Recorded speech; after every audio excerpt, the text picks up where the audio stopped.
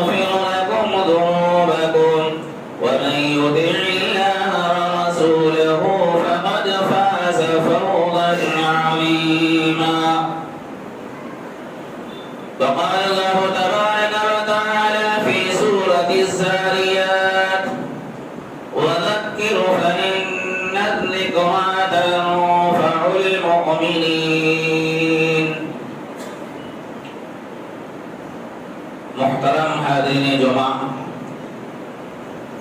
نوجوان دوستوں اور ساتھیوں، ہر قسم کی حمد و ثنا، بڑائی اور کبریائی اللہ رب العالمین کے لیے لائق اور مناسب ہے، جس نے ہمیں اور آپ کو اس کائنات فانی کے اندر پیدا کیا اور اپنی بے شمار نعمتوں سے ہمیں نوازا۔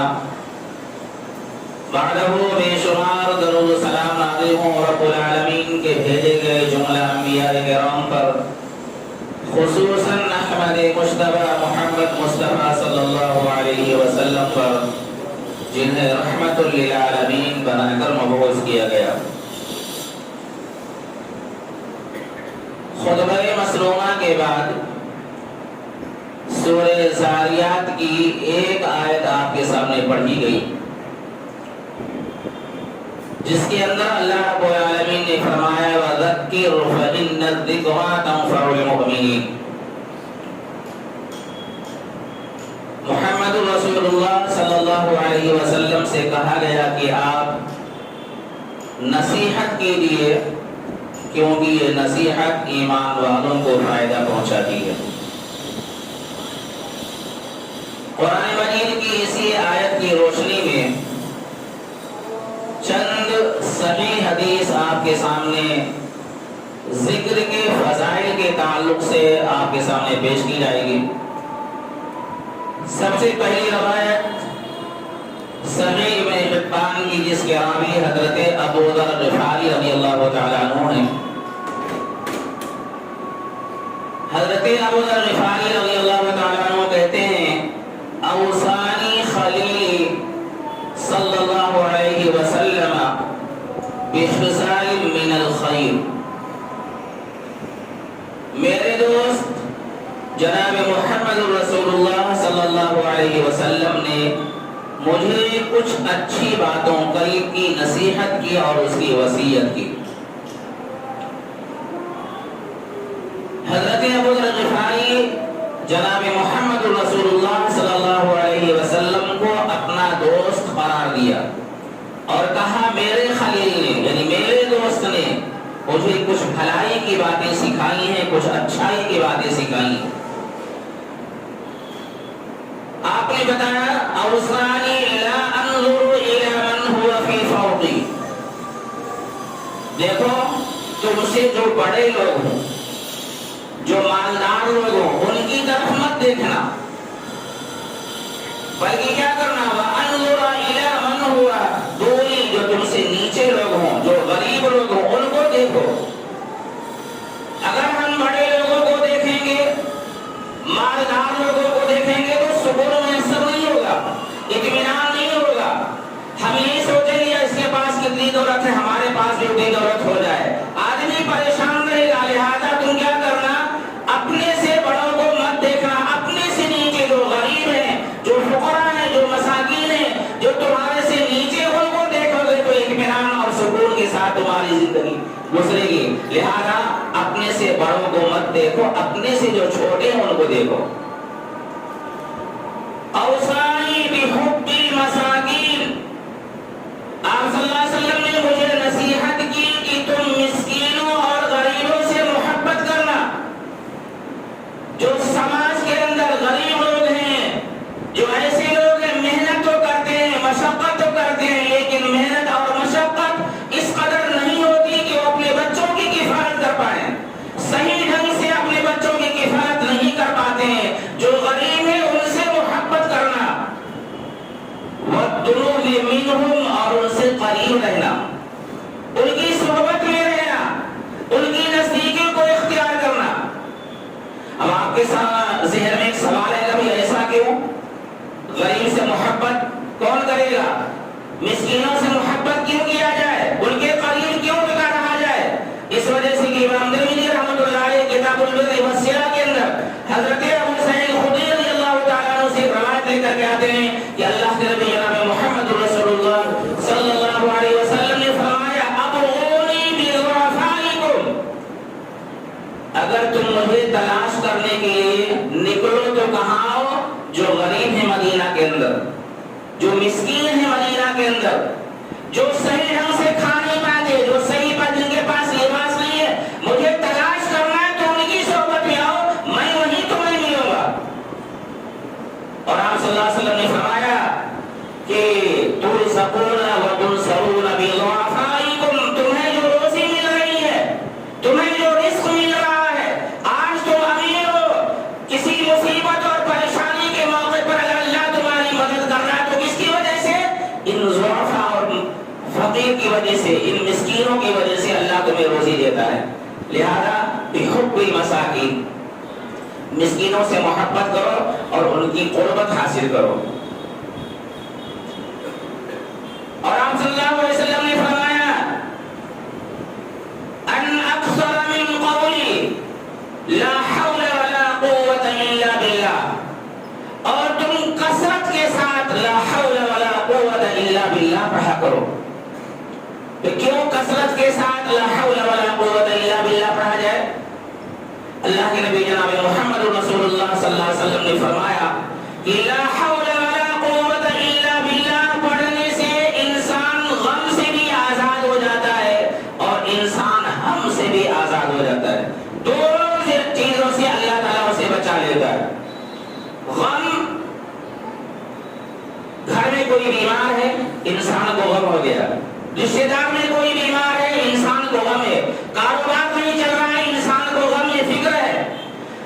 یعنی غم اس کو کہتے ہیں جس کی سبب معلوم ہو، جس کی علامت معلوم ہو، اور ہم کہتے ہیں جس کی علامت پتہ ہی نہ ہو، جو بغیر کسی وجہ کے آدمی پریشان رہتا ہو۔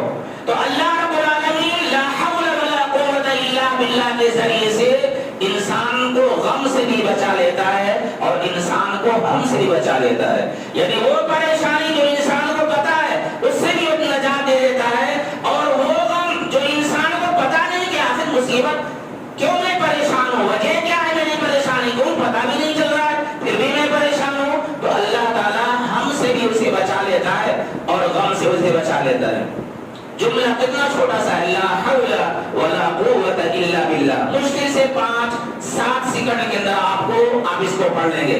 تو اللہ کے نبی جناب محمد رسول اللہ صلی اللہ علیہ وسلم نے حضرت ابو ذر غفاری رضی اللہ تعالیٰ عنہ سے فرمایا, کثرت کے ساتھ تم اس جملے کو ادا کرتے رہو گے تو نتیجہ کیا ہوگا, تم غم سے بھی بچ جاؤ گے اور ہم سے بھی بچ جاؤ گے. اور ہر آدمی کے پاس غم ہوتا ہے, پریشانی ہوتی ہے, فکر ہوتی ہے, کاروبار کی فکر ہوتی ہے, دکھ بیماری کی فکر ہوتی ہے, تکلیف ہوتی ہے. لہذا ان کے ذریعے سے امت کو ایک پیغام دیا جا رہا ہے کہ اے دنیا کے مسلمانوں, تم کثرت کے ساتھ لا حول ولا قوت الا باللہ پڑھتے رہو تاکہ تمہارا غم بھی دور ہو جائے اور تمہارا ہم بھی دور ہو جائے.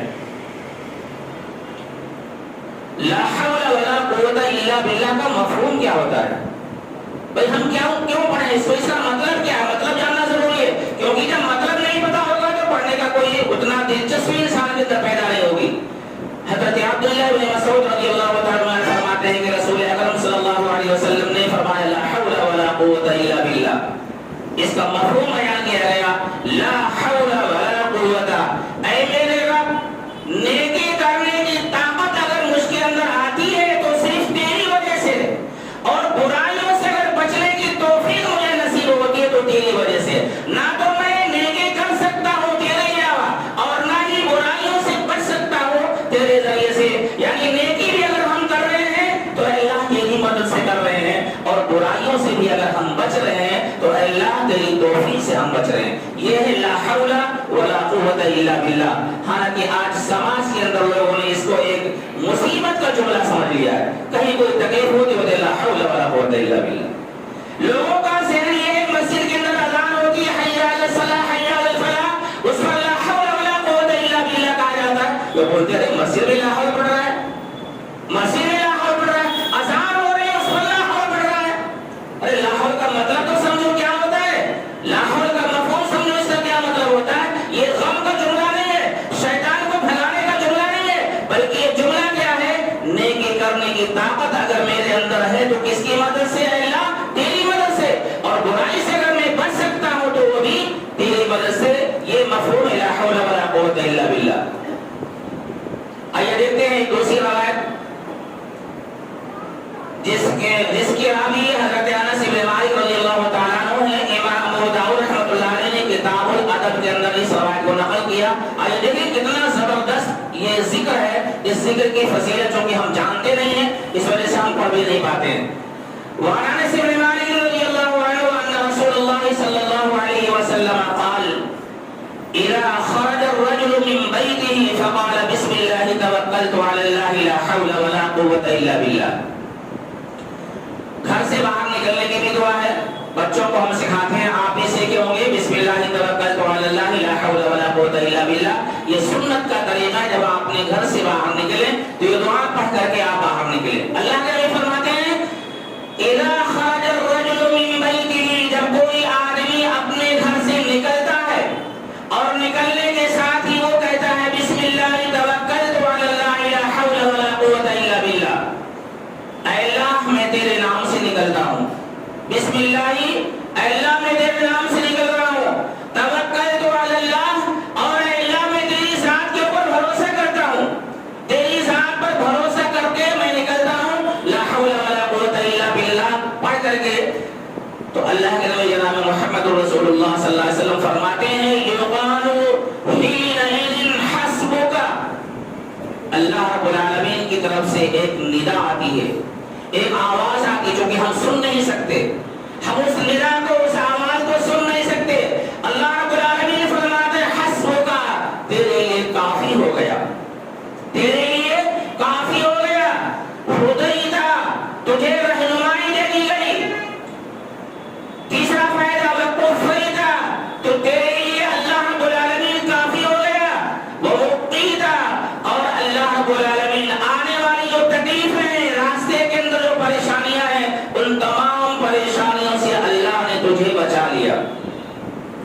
اب کیا چاہیے اپنے کو؟ ہر آدمی اپنے گھر سے نکلتا ہے اپنے کاروبار کے لیے، اپنی دکان کے لیے، اپنے آفس پہ جانے کے لیے، ہر آدمی اپنے گھر سے روزی روٹی حاصل کرنے کے لیے نکلتا ہے۔ بسم اللہ توکلت علی اللہ لا حول ولا قوت الا باللہ پڑھ کر کے اگر آپ نکلتے ہیں، اللہ رب العالمین آپ کے لیے کافی ہو جاتا ہے۔ اللہ رب العالمین آنے والی جو مصیبتیں اور پریشانیاں ہیں ان سے تمہیں بچا لیتا ہے، اللہ رب العالمین رہنمائی فرما دیتا ہے، اور اللہ ایسے آدمیوں کے لیے کافی ہو جاتا ہے۔ اب اس انسان کو کیا چاہیے؟ بس اتنا ہی تو چاہیے، اسے روزی مل جائے، اسے رزق مل جائے، اسے آنے والی مصیبتیں ہیں ان سے بچا لیا جائے۔ اب آپ صلی اللہ علیہ وسلم نے فرمایا کہ جب یہ جملہ کہہ کر کے انسان جب نکلتا ہے فَتَتَنَحَّيَ لَهُ الشَّيْطَانُ، شیطان اسے راستہ چھوڑ دیتا ہے، ہٹ جاتا ہے اس سے۔ بہت پیاری حدیث ہے، بہت پیارا جملہ ہے، چونکہ ہم کو پتا نہیں ہے، ہم کو یاد نہیں رہتا ہے، شیطان ہمارے ذہنوں سے نکال بھی دیتا ہے، ہم گھر سے نکلتے وقت یہ دعا نہیں پڑھ پاتے ہیں، ہماری بھول ہوتی ہے۔ نتیجہ یہ ہوتا ہے کہ جب یہ دعا پڑھ کے نکلتے ہیں شیطان ہم سے ہٹ جاتا ہے، اور آپ صلی اللہ علیہ وسلم نے فرمایا فَيَقُولُ الشَّيْطَانُ آخَرَ، جو شیطان اس کے پیچھے وہ ہٹ جاتا ہے تو دوسرا شیطان اس شیطان سے کہتا ہے کہ جاؤ اس کے پیچھے جاؤ، اسے گمراہ کرنے کے لیے، اسے پریشان کرنے کے لیے۔ تو وہ شیطان کیا کہتا ہے؟ کَيْفَ لَكَ بِرَجُلٍ قَدْ هُدِيَ وَكُفِيَ وَرُقِيَ، وہ کہتا ہے کہ اس آدمی کے پیچھے اب جانے سے کیا فائدہ جس کے لیے اللہ کافی ہو گیا، جس کو اللہ نے بچا لیا، جس کے لیے اللہ کافی ہو گیا، اس انسان کے پیچھے اب جانے کا کوئی فائدہ نہیں۔ یعنی معلوم یہ ہوا کہ بسم اللہ توکلت علی اللہ لا حول ولا قوت الا باللہ پڑھ لینے سے 3-4 فائدے تو ہے ہی، شیطان بھی پیچھے سے رک جاتا ہے اور وہ انسان کے اوپر کوئی وار نہیں کر سکتا۔ تو نتیجہ یہ ہے کہ جب بھی ہم اپنے گھروں سے اپنے آفس جانے کے لیے، اپنے کام پہ جانے کے لیے، اپنے روزی روزگار پر نکلنے کے لیے نکلیں تو ہم بسم اللہ توکلت علی اللہ لا حول ولا قوت الا باللہ پڑھ کر کے باہر نکلیں، تاکہ آنے والی جو مصیبتیں اور پریشانیاں ہیں ان مصیبتوں اور پریشانیوں سے ہمیں بچا لیا جائے۔ امام ترمذی رحمۃ اللہ علیہ لا حول ولا قوت کے تعلق سے ایک روایت لے کر کے آتے ہیں جس کے راوی حضرت قیس بن سعد بن عبادہ رضی اللہ تعالیٰ عنہ۔ حضرت قیس بن سعد بن عبادہ رضی اللہ تعالیٰ عنہ کہتے ہیں کہ ان اباہ دفعہ الى النبی صلی اللہ علیہ وسلم یخدمہ، میرے باپ نے مجھے رسول اکرم صلی اللہ علیہ وسلم کی خدمت میں لے کر کے آئے اور کہا کہ آج سے تم نبی صلی اللہ علیہ وسلم کے خادم ہو، تم ان کی خدمت کرنا۔ حضرت قیس بن سعد بن عبادہ کہتے ہیں کہ وقد صلیت، میں نے مسجد نبوی کے اندر 2 رکعت نفل نماز پڑھی، فمر بی رسول اللہ صلی اللہ علیہ وسلم، رسول اکرم صلی اللہ علیہ وسلم میرے پاس سے گزرے تو فضربنی برجلہ، آپ نے اپنے پاؤں سے مجھے اشارہ کرتے ہوئے اپنی طرف متوجہ کیا۔ میں نماز پڑھ کر کے بیٹھا ہوا تھا، نبی علیہ الصلوۃ والسلام مسجد سے باہر نکل رہے تھے، پاؤں سے محبت سے میری طرف اشارہ کیا اور مجھ سے کہا الا ادلک علی باب من ابواب الجنہ، آپ نے فرمایا کہ میرے بھائی کیا میں تمہیں جنت کے دروازوں میں سے ایک دروازہ نہ بتلا دوں؟ انہوں نے کہا بلا یا رسول اللہ علیہ وسلم، بتائیے جنت کے دروازوں میں سے کون دروازہ؟ تو آپ صلی اللہ علیہ وسلم نے فرمایا کہ لا حول ولا قوت الا باللہ، یہ جنت کے دروازوں میں سے ایک دروازہ ہے، لا حول ولا قوت الا باللہ۔ بہت پیارا جملہ ہے، بہت آسان ہے، میں سمجھتا ہوں آپ سب کو یاد ہی ہو گیا ہوگا، بار بار میں پڑھ رہا ہوں کہ لا حول ولا قوت الا باللہ یہ جنت کے دروازوں میں سے ایک دروازہ ہے۔ لہذا رسول اکرم صلی اللہ علیہ وسلم نے حضرت ابو ذر غفاری رضی اللہ تعالیٰ عنہ سے کہا کہ اکثر تم زیادہ سے زیادہ کثرت کے ساتھ تم یہ دعا کو پڑھتے رہو، اس کے ذریعے سے تمہارا غم بھی دور ہو جائے گا، اس کے ذریعے سے تمہارا ہم بھی دور ہو جائے گا۔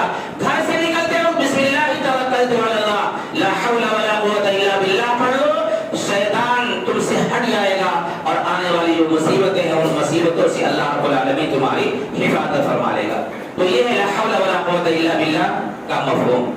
آگے آپ دیکھیے جو ہے صحیح ترغیب و ترہیب کی ایک روایت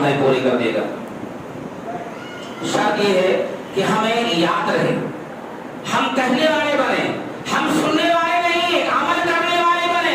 اللہ کی قسم، جناب محمد رسول اللہ صلی اللہ علیہ وسلم کے تعلق سے رب العالمین نے فرمایا کہ یہ نبی اپنی طرف سے کچھ نہیں کہتا، یہ نبی اپنی طرف سے کچھ نہیں کہتا۔ جب اس پر وحی کی جاتی ہے، جب اس کو کہا جاتا ہے کہ تم کہو لوگوں سے، تبھی اپنی زبان کو کھولتا ہے، ورنہ اپنی زبان کو نہیں کھولتا۔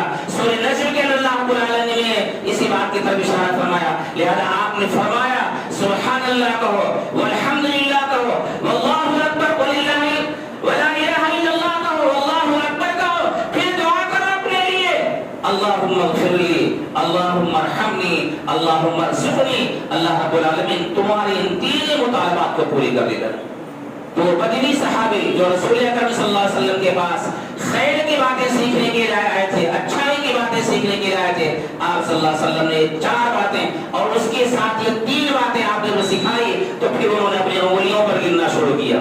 ترغیب و ترہیب کے آئے تھے، انہوں نے انگلیوں پر شروع کیا، سبحان اللہ، الحمدللہ، لا الہ الا اللہ، واللہ اکبر، اللہم اغفر لی، اللہم ارحمنی، اللہم ارزقنی۔ کہا اللہ کے رسول 7 ہو گئے، پہلے آپ نے 4 بتایا تھا، 3 آپ نے اور بتا دیا، 7 ہو گیا۔ آپ نے فرمایا یہ ذکر کوئی تمہارے لیے بہترین۔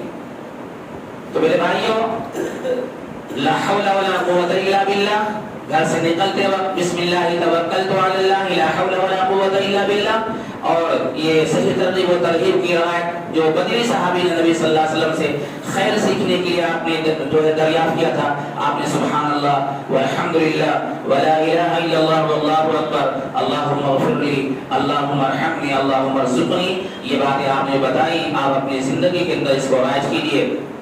یقین جانیے جناب محمد رسول اللہ صلی اللہ علیہ وسلم کا یہ فرمان غلط نہیں ہو سکتا، جھوٹا نہیں ہو سکتا۔ انشاءاللہ آپ کو زندگی کے اندر اس کے فائدے ملیں گے۔ اللہ رب العالمین سے دعا ہے کہ رب العالمین ہم تمام مسلمانوں کو حسن عمل کی توفیق عطا فرمائے۔ آمین۔ بارک اللہ لنا ولکم فی القرآن العظیم ونفعنا وإیاکم بالآیات والذکر الحکیم، انہ تعالی جواد کریم ملک مقرب۔